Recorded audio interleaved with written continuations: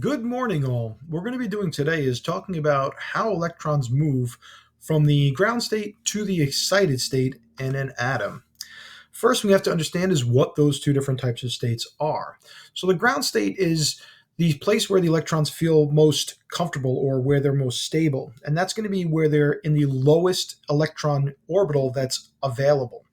So we already know from chemistry that if you have two electrons in the n equals one or the first shell, the next shell then has eight, and then it can go up to, it has that weird D shell. Don't worry about it. But main point is with the ground state, that's where the electron is basically in its lowest amount of energy. It has very little energy. It is most stable. The excited state now is when you add energy to that atom. When you add energy to that atom, the electron then jumps up from the first or ground state to basically a second shell, a third shell, a fourth shell, etc.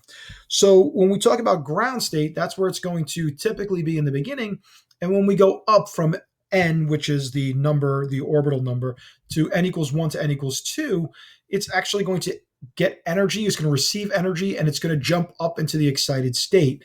Now, once an electron is in the excited state, what it could do is it could actually jump back down lower. So if it was in n equals 5, it can go to n equals 4. And by doing that, it would release energy in the form of light.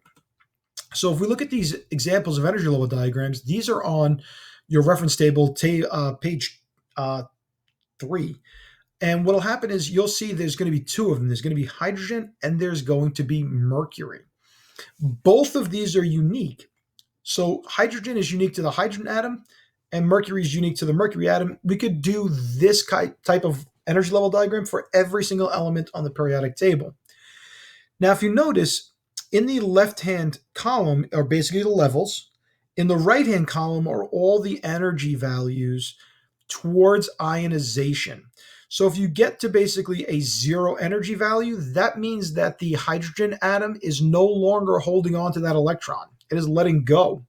So in order to go from the ground state, which is all the way down here at n equals 1, you would need to add 13.6 electron volts of energy in order to ionize this atom. If you were in n equals 2, you would only need 3.4 additional electron volts, and that would ionize the atom. Now, if you wanted to go from n equals 1 to n equals 2, all you would have to do would be to subtract the two numbers, take the difference, and you would find that it would take 10.2 electron volts to go from n equals 1 to n equals 2. This is actually a scaled graph, and that's why there's such a large gap between n equals 1 and n equals 2. After you go to n equals 2, it's very little energy to go to the next couple levels. If you also notice, our energy value is not in joules. Our energy value is in electron volts.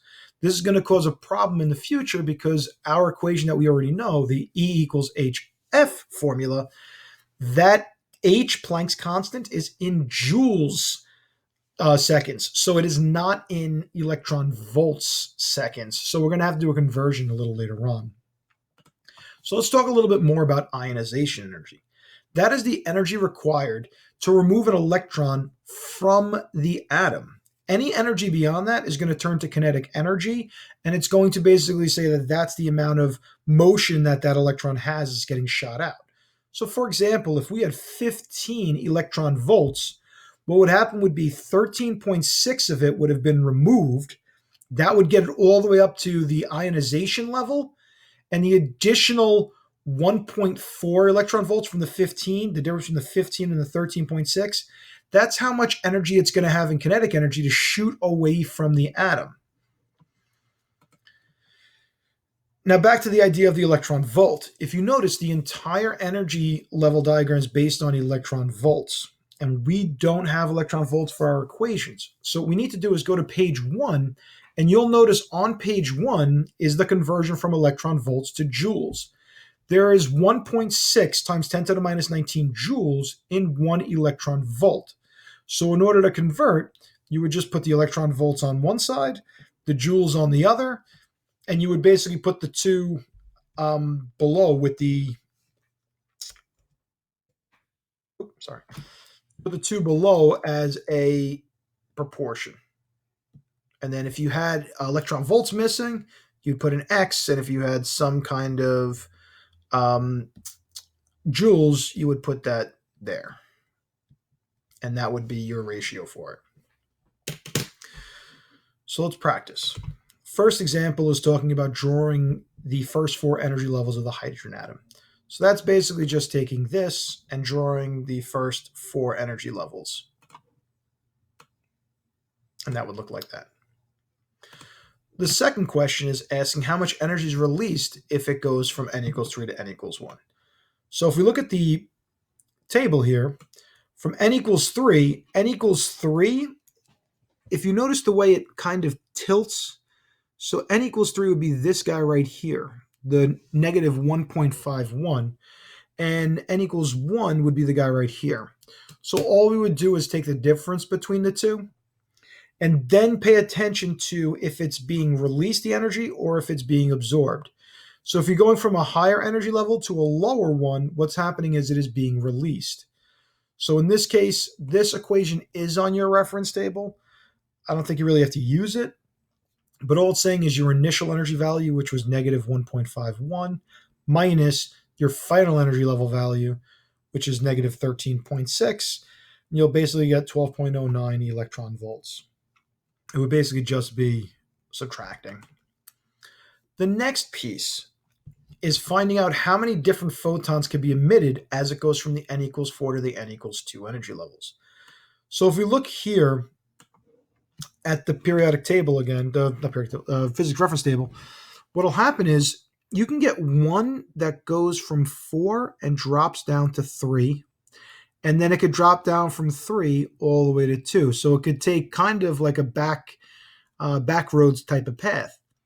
Or it could go right from 4 and drop right down into 2.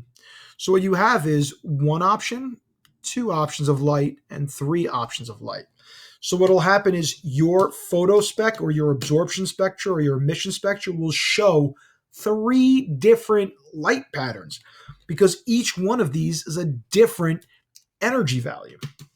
And that's all we're really talking about there. So it has 3 options or 3 different forms that it could actually release.